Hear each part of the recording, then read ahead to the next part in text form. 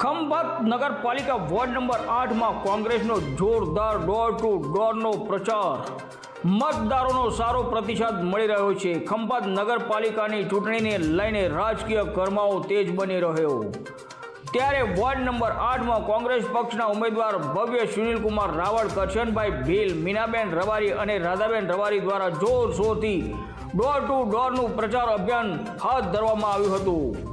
ખંભાત ખાતે આવેલી ભાગ્યદે સોસાયટીમાં ઉમેદવારોએ ઘરે ઘરે જઈ મતદારો સાથે સીધી મુલાકાત કરી અને કોંગ્રેસની પેનલને વિજય બનાવવા માટે અપીલ કરી હતી.